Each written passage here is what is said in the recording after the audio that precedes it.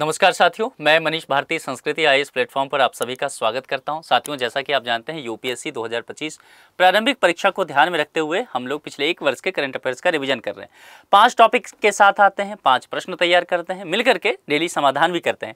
Episode 76 तक हम लोग पहुंच चुके हैं। आज का जो पहला प्रश्न है, पहला टॉपिक है, उस पर ध्यान से देखिए, अपने आप में ही बेहद महत्वपूर्ण है।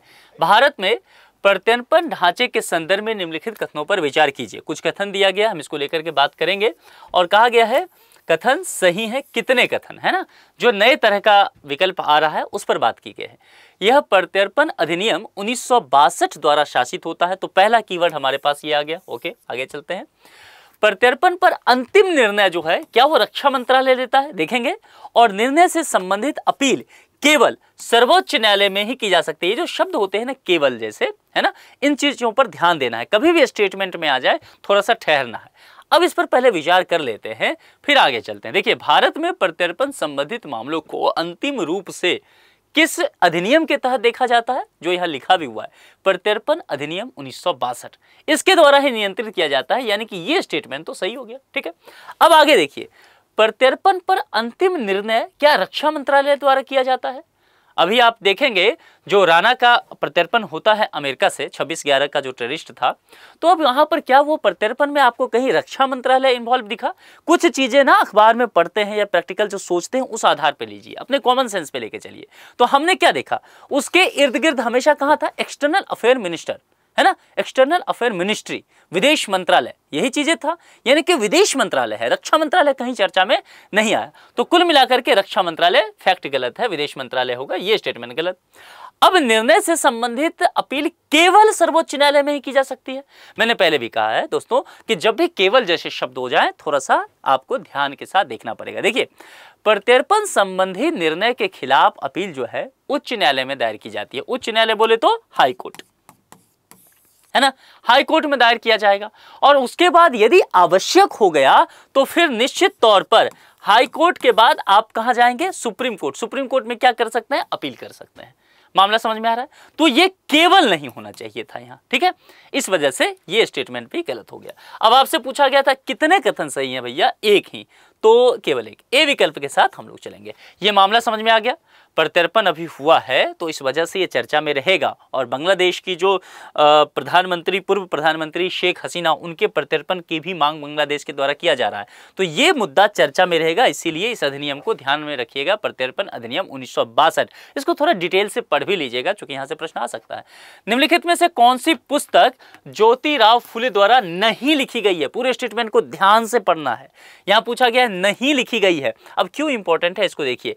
ये पिछले साल में जो है एस जयशंकर, जो हमारे विदेश मंत्री रहे हैं, उनके एक पुस्तक पर प्रश्न पूछ लिया गया था कि उसमें कुछ पुस्तक था कि वाई इंडिया मैटर, या मतलब वाई इंडिया मैटर, एक पुस्तक उन्होंने लिखा है एस जयशंकर साहब ने, उसी से संबंधित एक प्रश्न था। एस जयशंकर की कौन सी रचना है, कई नाम दे दिया, एक वाई इंडिया मैटर था।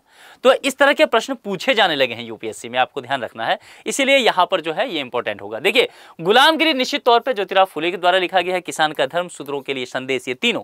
लेकिन जो जाति प्रथा के विनाश की बात की गई है, दरअसल ये ज्योतिराव फुले द्वारा नहीं बल्कि डॉक्टर भीमराव आंबेडकर द्वारा लिखी गई है। तो यह जो है इनके इस स्टेटमेंट की वजह से गलत हो जाएगा। और पूछा गया है नहीं लिखा गया है, जो नहीं हुआ है वही इसका सही जवाब होगा। तो हम लोग डी विकल्प के साथ जाएंगे। मामला समझ में आ गया। अब चलें तीसरे पर, पंचायत उन्नति सूचकांक। ये इंपॉर्टेंट है। मैं हमेशा आपसे कहा करता हूं कि 2 संशोधन जो संविधान का हुआ है, 73वां संविधान संशोधन और 74वां संविधान संशोधन, ये दोनों ही 1992 में ही हुआ है। यानी कि 73वां में जो है पंचायत से संबंधित बातें की गई और 74वां में जो है नगर पालिका के संबंधित बातें की गई। और फिर संविधान में इस वजह से 2 अनुसूची नया जोड़ा गया। 10 अनुसूची पहले था, 11वां जोड़ा गया पंचायत से संबंधित, 12वां जोड़ दिया गया नगर पालिका से संबंधित। तो इससे संबंधित कहीं भी कोई बातें आ जाए, पंचायत वगैरह से संबंधित कोई सूचकांक हो, कोई रिपोर्ट हो, एकदम बहुत तसल्ली से पूछिए, पीवाईक्यू जाकर के देखिए आप। यूपीएससी का पंचायत से हमेशा प्रश्न रहा है, इसलिए कभी भी इस टॉपिक को हल्के में नहीं लेना है। इसको 5 स्टार लगा दीजिए। तो जरा अब क्या कहता है, पंचायत उन्नति सूचकांक के संदर्भ में निम्नलिखित कथनों पर विचार कीजिए। करेंगे हम लोग, यहां पर सही है कौन से कथन, ठीक है। 3 दिया गया स्टेटमेंट, जरा सबसे पहले देख लेते हैं, कीवर्ड निकालते हैं। यह सूचकांक नीति आयोग द्वारा पहली बार जारी किया गया, पहली बार, ठीक है। कभी भी किसी स्टेटमेंट को कीवर्ड निकालिए, प्रश्न आसान हो जाएगा। यह स्थानीय स्तर पर, अब पंचायत की बात की गई है तो स्थानीय स्तर की बात की जाएगी ना। हाँ, सतत विकास लक्ष्यों की प्रगति के आकलन पर आधारित है। अग्रणी यानी कि फ्रंट रनर की बात की गई राज्यों की श्रेणी में गुजरात का क्या पहला स्थान है। अब इतनी बातें हम देख लेते हैं, सबसे पहले इन चीजों को समझ लेते हैं कौन सा कथन सही है। देखिए, पंचायत उन्नति सूचकांक की चर्चा हम लोग कर रहे थे। दरअसल पंचायत उन्नति सूचकांक है तो पंचायत से संबंधित बातें हैं ना। देश में एक मंत्रालय इसको समर्पित किया गया है ना, कौन सा है? पंचायती राज मंत्रालय।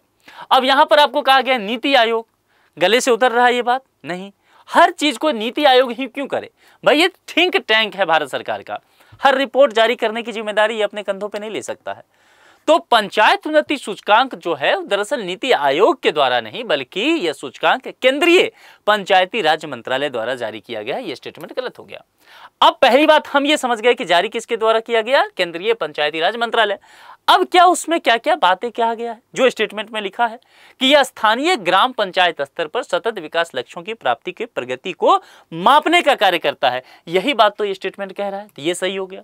अब दूसरी बात, यहां पर स्टेट को लेकर के कहा गया है कि गुजरात जो फ्रंट रनर राज्यों में पहले नंबर पे है। देखिए, हाल ही में जो जारी रिपोर्ट हुआ है उसमें गुजरात को फ्रंट रनर श्रेणी में शीर्ष स्थान दिया गया है, यानी कि ये भी सही है, यानी कि गुजरात में जो पंचायतों की स्थिति है बेहतर है, ये कहने का मतलब है। तो पूछा गया कौन सा कथन सही है? 2 और 3, 2 और 3 बी में है। ठीक है, बी विकल्प के साथ हम लोग चलेंगे। मामला क्लियर? चौथे पर चलें। छत्रपति शिवाजी के संदर्भ में निम्नलिखित कथनों पर विचार कीजिए। छावा मूवी आया ना, उसके बाद जो है औरंगजेब वाला इशू आया, फिर शिवाजी, ये सब टॉपिक काफी चर्चा में रहा, कंट्रोवर्शियल रहा और ऐसे चीजों पे प्रश्न बनता है, ध्यान रखिएगा। इनका राज्याभिषेक वर्ष 1674 में रायगढ़ किले में हुआ था। छत्रपति शिवाजी महाराज की राज्याभिषेक की बात करेंगे तो ये तारीख भी नोट कर लीजिए, हो सकता है आजकल यूपीएससी थोड़ा फैक्ट पूछने लग गया है। 6 जून 1674 को रायगढ़ किला में किया गया था, ये स्टेटमेंट सही है। अब दूसरा पर ध्यान दीजिए, प्रशासनिक कार्यों के लिए इन्होंने अष्टदिग्गज का गठन किया था क्या? बताना है आपको, सही है कौन सा कथन? देखिए, अष्टदिग्गज की बात किया गया है। शिवाजी महाराज ने निश्चित तौर पर अपने प्रशासन में 8 मंत्रियों की एक परिषद बनाई थी, आपने पढ़ा है ये सब चीजें। तो जब 8 मंत्रियों की वो परिषद बनाया गया था उसको क्या कहा गया था? अष्टप्रधान कहा गया था, ना कि अष्टदिग्गज कहा गया था। तो ये जो है फैक्ट गलत हो गया और इस वजह से ये स्टेटमेंट गलत हो जाएगा। अब एक प्रश्न यहां भी कि ये फिर अष्टदिग्गज चर्चा में कहीं है क्या? हाँ, निश्चित तौर पे अष्टदिग्गज चर्चा में है। इसका गठन हुआ है और गठन किसने किया था? कृष्णदेव राय, एक सम्राट हुआ करते थे कृष्णदेव राय। कहाँ के? विजयनगर साम्राज्य के एक प्रसिद्ध शासक थे। हम सब विजयनगर साम्राज्य के विषय में पढ़ भी चुके हैं ना। तो कुल मिलाकर के ये अष्टदिग्गज जो है वह कृष्णदेव राय विजयनगर साम्राज्य से जुड़ा हुआ मामला है, ना कि शिवाजी महाराज से। ठीक है, शिवाजी महाराज का कौन होगा? अष्टप्रधान होगा। तो ये स्टेटमेंट गलत, ये सही। तो आपसे पूछा गया था कौन सा कथन सही है, तो पहला कौन सा है ना? तो हाँ, ए पहला सही है। ठीक है, ये इस तरह से थोड़ा सा कीवर्ड निकाल के पढ़िएगा, ध्यान से पढ़िएगा। डायर वुल्फ ये चर्चा में रहा है ना। अगर आप लोग द हिंदू या इंडियन एक्सप्रेस वगैरह पढ़ते हैं तो ये आपने पढ़ा होगा, इसलिए लगातार मैं कहते रहता हूँ अखबार थोड़ा सा पढ़िए। अखबार की वजह से बहुत सारे प्रश्न जो हैं वो ऐसे ही आपका समाधान हो जाएगा। डायर वुल्फ चर्चा में है, नोट कर लीजिएगा। निम्नलिखित कथनों पर विचार कीजिए। यहां पर कहा गया है सही है कौन से कथन? हिमयुग के दौरान, ध्यान से हम लोग देखेंगे एक एक बातें। हिमयुग के दौरान एक यह प्रजाति उत्तरी एवं दक्षिणी अमेरिका के जंगलों व घास के मैदानों में पाई जाती थी हिमयुग के दौरान, यानी कि एक प्रजाति डायर वुल्फ है। इतनी बातें क्लियर? आगे देखते हैं। यह मैमथ, बाइसन, स्लॉथ जैसे बड़े जानवरों का शिकार करने वाला विशाल मांसाहारी स्तनपायी था। एक एक चीजों को ध्यान में रखना है। अब सबसे पहले इसके विषय में समझ लेते हैं। डायर वुल्फ द हिंदू में आया भी था, अगर आपने पढ़ा होगा। देखिए, हिमयुग के दौरान क्या हुआ कि डायर वुल्फ जो है वह उत्तरी और दक्षिणी अमेरिका के जंगल और घास के मैदानों में पाया जाता था। आज भी इसके जो जीवाश्म हैं वो अलास्का से लेकर के दक्षिणी मेक्सिको और दक्षिण में अगर देखेंगे तो वह पेरू आपको नजर आ जाएगा, जो लैटिन अमेरिका की मैं बात कर रहा हूं। तो लैटिन अमेरिका में पेरू आ गया, बोलिविया है, वहां तक आपको इसको देखा जाता है। और डायर वुल्फ के विषय में समझिए कि एक विशाल मांसाहारी स्तनपायी ये था। और यह जो है, जो जैसे कि विशाल जानवर रहे, जैसे मैमथ हो गया, बाइसन हो गया, स्लॉथ हो गया, ये बड़े जानवर रहे, लेकिन इसका भी ये शिकार करता था। शिकार कैसे करता था? तो इसके दांत जो है वो बहुत बड़े होते थे और बहुत मजबूत होते थे, जो इसे शिकार करने और उसे पकड़ने में और उसको मारने में मदद किया करता था, हेल्प मिलता था। अब इस स्टेटमेंट को देखिए, जो जितनी बातें हमने कही उसके आधार पर हिमयुग की चर्चा मैंने किया, सही है। प्रजाति उत्तरी एवं दक्षिणी अमेरिका के जंगलों में, तो उत्तरी अमेरिका, दक्षिणी अमेरिका, लैटिन अमेरिका की बात किया, तो मैंने पेरू की बात किया ना आपको, अब मैंने बोलिविया की चर्चा की, इसे ऐसे समझना है। यहाँ पर पाया गया, बिल्कुल सही स्टेटमेंट है, और यह भी सही है, मैमथ, बाइसन और स्लॉथ जैसे जानवरों का, और मांसाहारी स्तनपायी था, ये भी ध्यान रखना है। तो ये दोनों जो है सही है, ये मांसाहारी स्तनपायी पूछा जा सकता है, ध्यान रखना है। तो पूछा गया कौन सा कथन सही है, दोनों ही सही है, सी विकल्प के साथ चलेंगे। ठीक है, ये भी कथन सही और ये वाला भी सही। ठीक, ये इंपॉर्टेंट है, ध्यान रखना है इसको। निम्नलिखित में कौन एक सही सुमेलित नहीं है? नहीं है सही सुमेलित, है ना, गलत है, तो ध्यान से देख लेना है, चार में से कोई एक सही होगा, यानी कि जो गलत होगा वही सही जवाब होगा। ठीक है, कोई एक ऐसा होगा, वह कमेंट बॉक्स में आप लोग लिख करके हमें बताएंगे। मैं लगातार देखते रहता हूं, आप में से अधिकांशतः लोग कमेंट में सही जवाब दे रहे हैं, इसका मतलब आपकी तैयारी जो है वह अच्छी है, धारदार है। इसको और बेहतर कीजिए, अब समय आपके पास कम है, करंट अफेयर्स पर थोड़ा सा फोकस कीजिए। 10-15 प्रश्न आता है तो वो थोड़ी अच्छा रहेगा आपके लिए। तो आज के लेक्चर में इतना ही, अपना बेहद ख्याल रखिए, बहुत बहुत शुक्रिया, थैंक यू सो मच।